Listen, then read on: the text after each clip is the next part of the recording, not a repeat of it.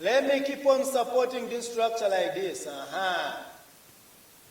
Here now, I'm now convinced. Now let us pick this arm of, now we are going to pick this arm of the chromosome and we magnify it. Now, let me now pick it. Let me pick now this arm of the chromosome and I magnify it using, let's assume that this is our microscope, this is our electron microscope, this is our lens, but of course a lens cannot carry out this kind of magnification. A lens is too inferior and weak. But of course even a microscope is made up of lenses anyway. So let's assume that we have magnified this arm of the chromosome. Now we have magnified it. To show you, now I want us to see the big DNA, how it looks like. Now, this is the other molecule, this is magnified. It is now again magnified. Now we are going to see our molecule looking like this. We are going to find our DNA looking like this. Now, in between, these are the nitrogen bases.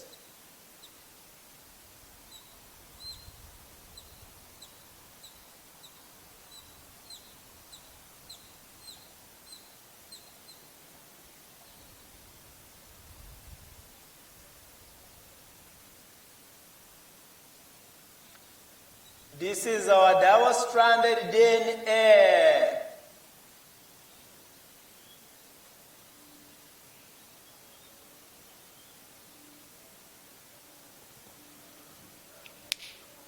Now we have our DNA magnified. As you can see, our deoxyribonucleic acid has been magnified. This is how it looks like. These are the double strands. And these ones are the nitrogen bases that form the nucleotide. So this is how exactly our DNA looks like. So on the DNA, we have what we call a locus. There are regions called the loci. When it is one, it is a locus. When there are many, they are loci or loci or loci. This is loci or loci or loci. This is the plural. Then in singular, it is locus. Now we go. So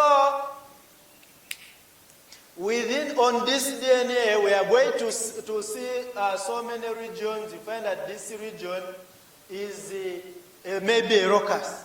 Maybe also around here, you find here this is also a locus. So you find that also here this is a locus. So you find also here this is a locus. A locus like that. Of course, there are loci or loci or loci which are empty. Now, it is within the locus that we find a gene.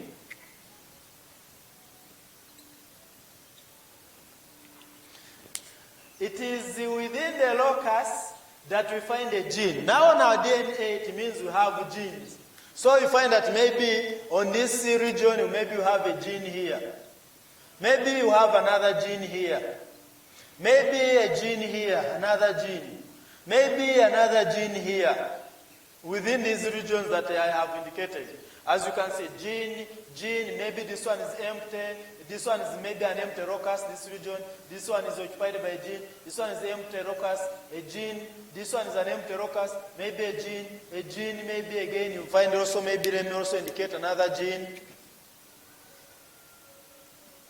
Maybe you find also another gene here like that. So, a space, a place, a region on the DNA that is occupied by a gene is called a locus. A locus is a region on the DNA that is occupied by a gene. However, the locus can be empty. It can be having a gene. It can be having no gene. A certain region It means, and also a gene does not mean that all the genes that we have are functional, that they perform functions. Actually, the human genome is very, very complex. It is estimated, our genome, the human genome is estimated to be having about 25,000 to 37,000 functional genes. This is what we call the human genome.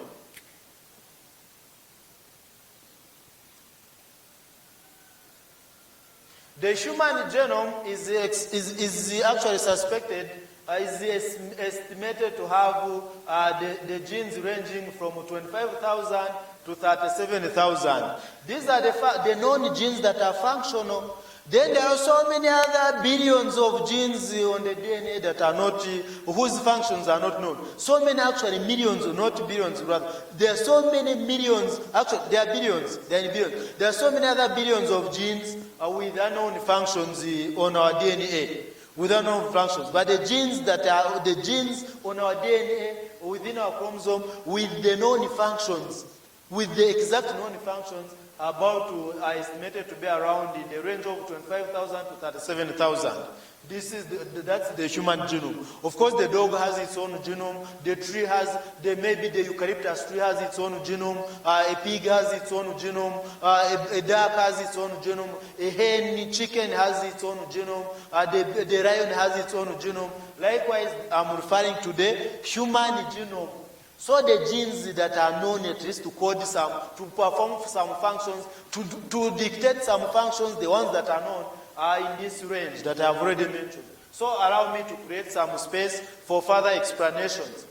We already know what the cell, what is in the nucleus, the chromosome magnified. Within we have the DNA that is supercoiled, and now we have again gone ahead to magnify our DNA here.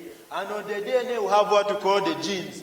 The genes, what is the gene? The gene is a region on the DNA that codes, for example, for my hair. You can see, of course, I'm also developing a PhD, poor hair distribution, the baldness. So it means I have the gene that is determining the development of my baldness. It means it is on my DNA. The way I talk, the way I speak, the way I react, it means I have the gene that determines all those characteristics, all my properties.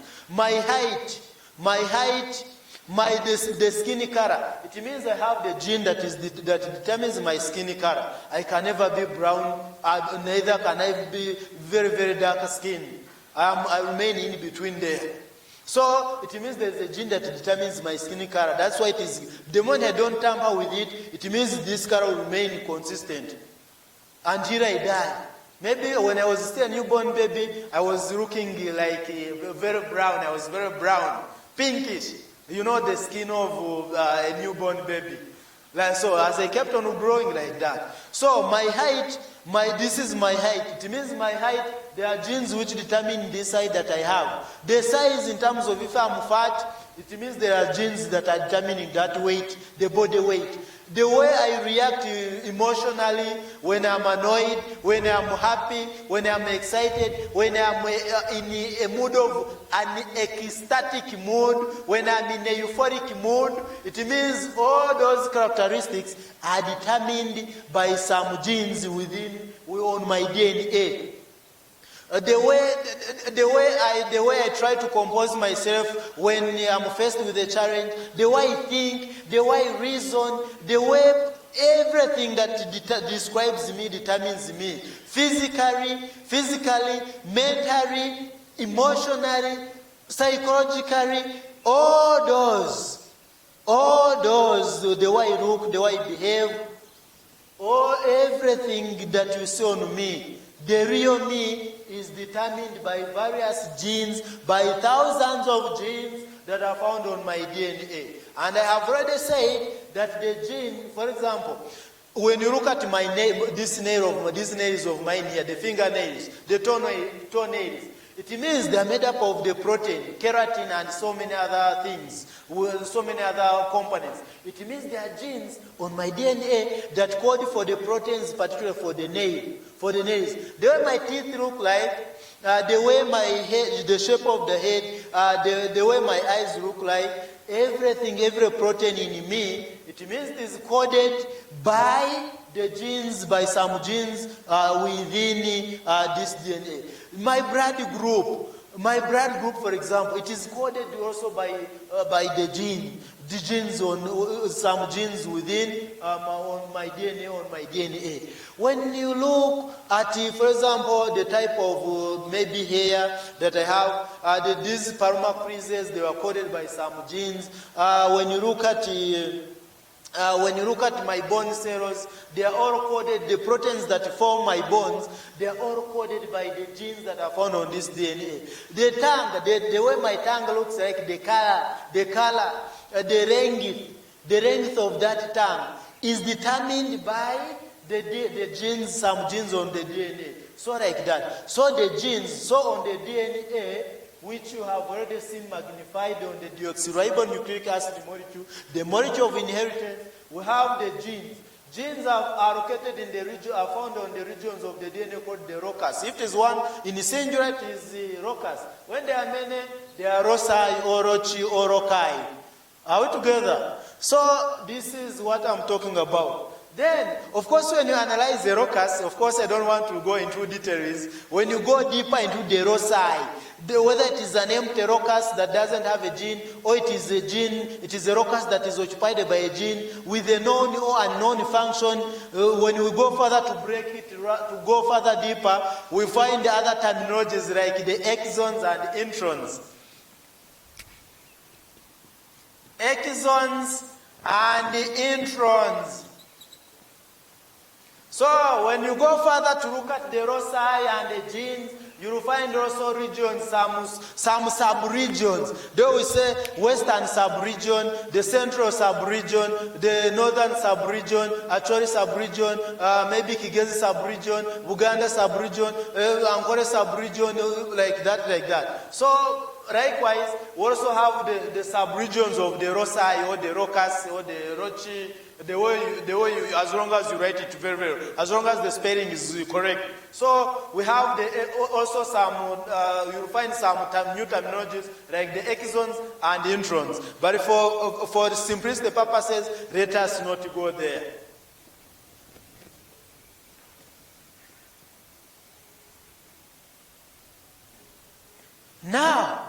Now that we have known exactly the molecule of inheritance and the loci and the genes are the ones that determine our characteristics that we have. The genes are if I inherit an abnormal gene, that is coding maybe for abnormal proteins, it means I will develop a certain disease. That's, for example, sickle cell disease. It means if I inherited, for example, an abnormal genes from my parents, those abnormal genes which code for hemoglobin that is found in the red blood cells that transports oxygen. It means if I inherited those abnormal genes of hemoglobin, especially involving a certain region of the beta globin chains, it means I'll end up with the sickle cell disease. That is what it means. It means if I inherit an abnormal gene, a gene that codes for tyrosinase enzyme, which converts tyrosine amino acid in my skin, in the melanocyte, to form melanin, it means if I inherit a gene that does not code, a faulty gene, an abnormal gene on my DNA that does not code. Of course, it means where would I have inherited those genes from? From my parents, from both the mother and the father, or from one side. It can be from one side depending on the type of genetic disease.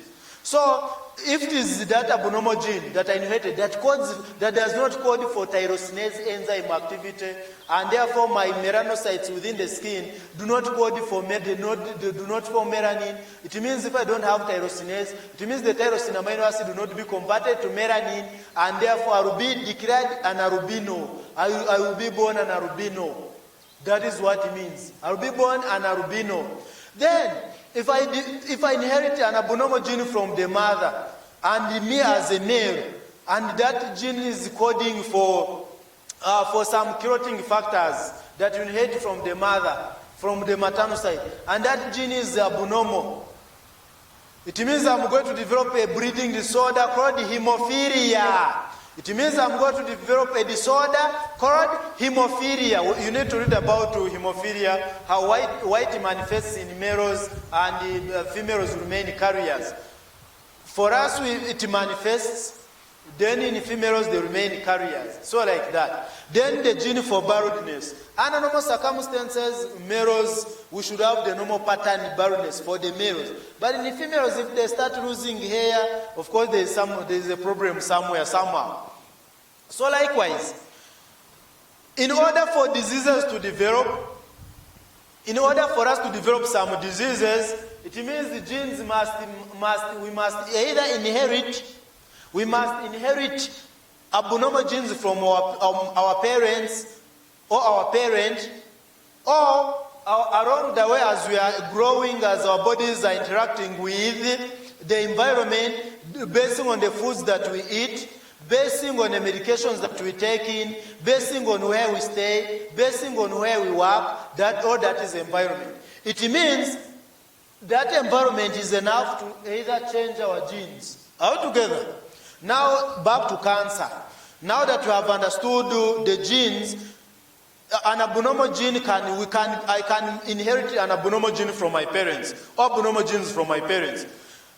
I can inherit the normal genes as a young man, the way you look at me. Then along the way, as my body interacts with the environment, I end up having mutated genes. These mutated genes start becoming a problem. So that is how cancer comes about. Now that you already know what exactly happens. At this point, allow me to enlarge this information for further understanding of cancer.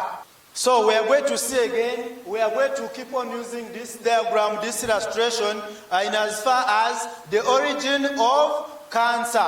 Now, cancer comes from, now that you have understood these basics, allow me to let you know that cancer, how the reason as to why it is called so. Now we can go. We already know that. We already know the definition that it is abnormal, dysregulated, uncontrolled cell division, whereby some cells become rebellious. They just disconnect themselves from the normal body cells, and they become a monster. They form their own rebel group, which becomes disastrous to the entire body to the family of cells, like that. Now we go. The study of cancer. Oncology is the study of tumors. The study of tumors. Oncos. So what does oncos? Oncology comes from the word oncos. Oncos is a Greek word which means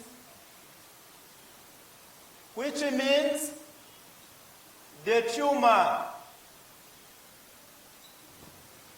Oncos is a Greek word which means the tumor.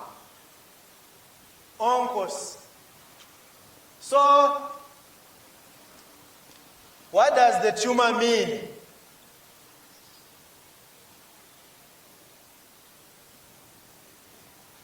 So, a tumor means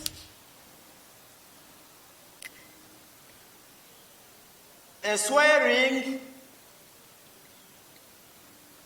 resulting, a tumor means a swelling resulting from inflammation.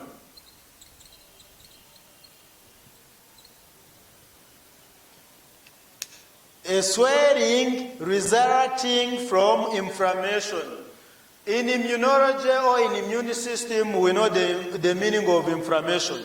And we know the components of inflammation. So at this point, allow me to remind you about the components of inflammation.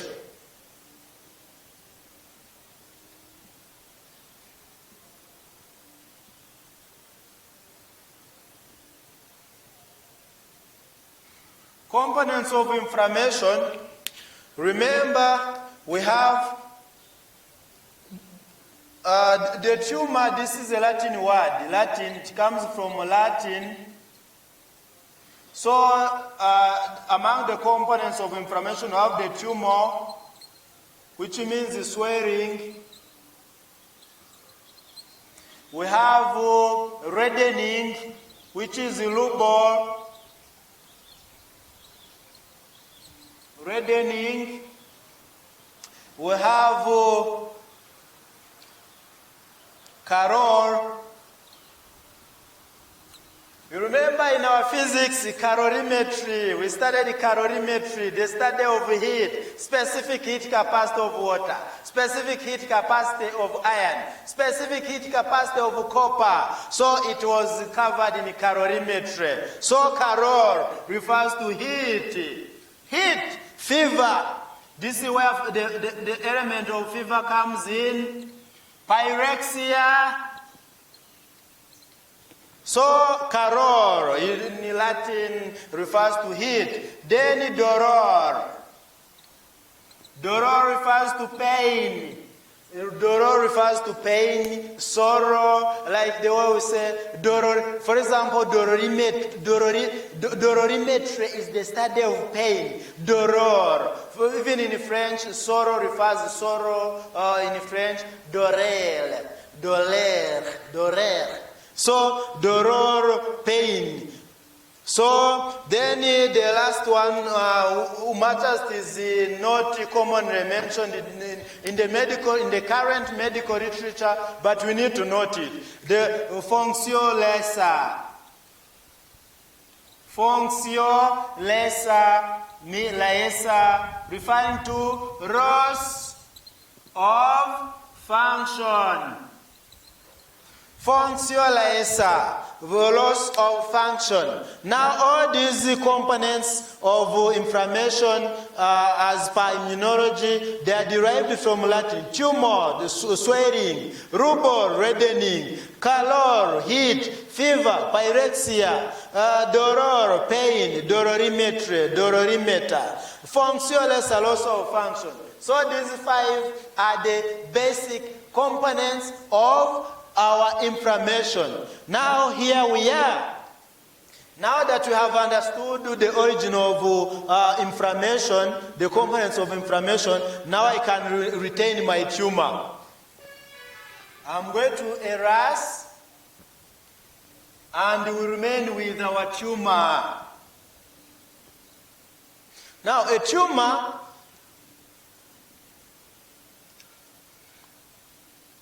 now let's look at types of tumors.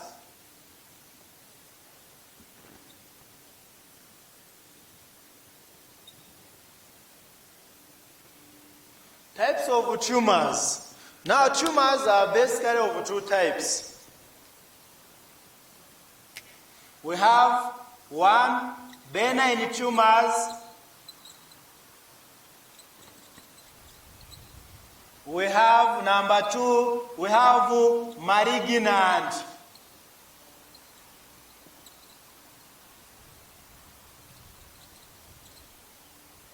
We have malignant tumors.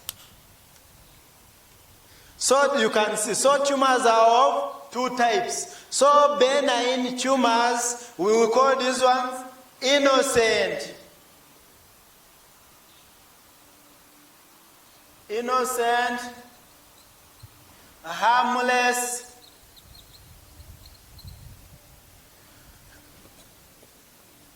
benign tumors mean that they are innocent, they are harmless, they are non-invasive,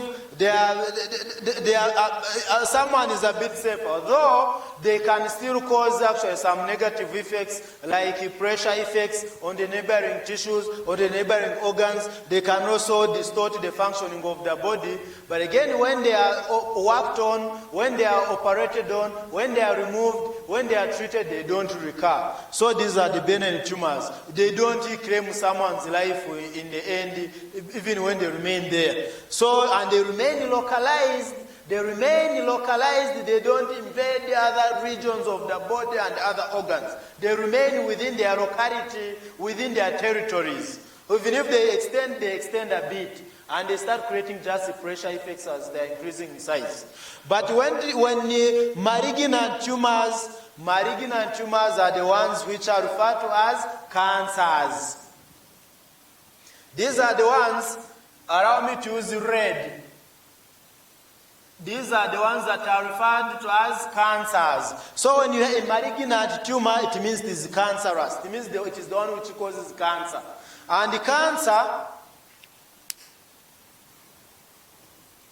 the word cancer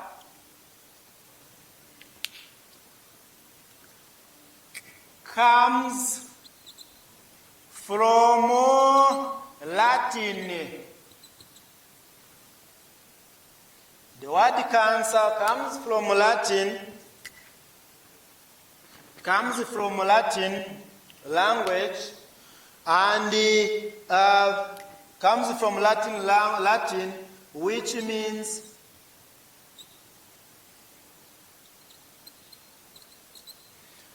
the crab. There is a certain insect called a crustacean. It's in the family of crustacean insects. Those crustaceans, those crabs are mainly found in the oceans, seas, freshwater bodies, even on land. So the crab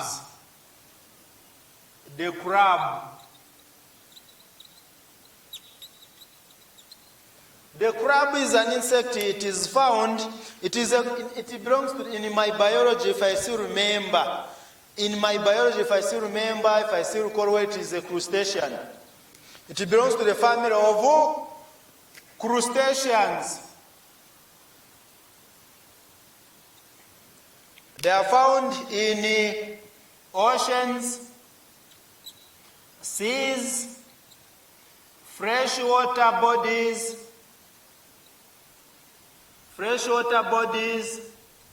and on land.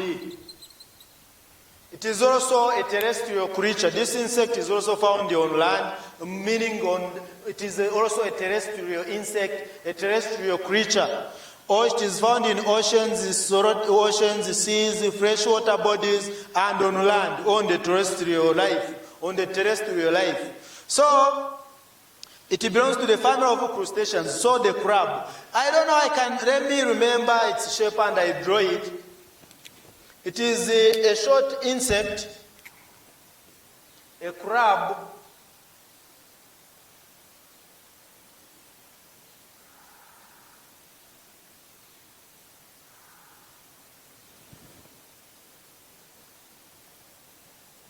A crab. That insect looks like this, with I think about how many legs? I think it's a six-legged insect or an eight-legged insect. So these are the legs. This is how it looks like. This is how a crab looks like.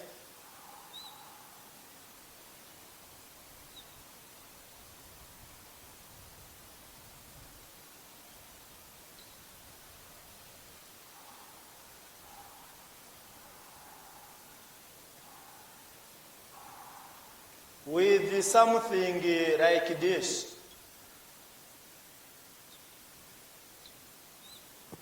This is how I think.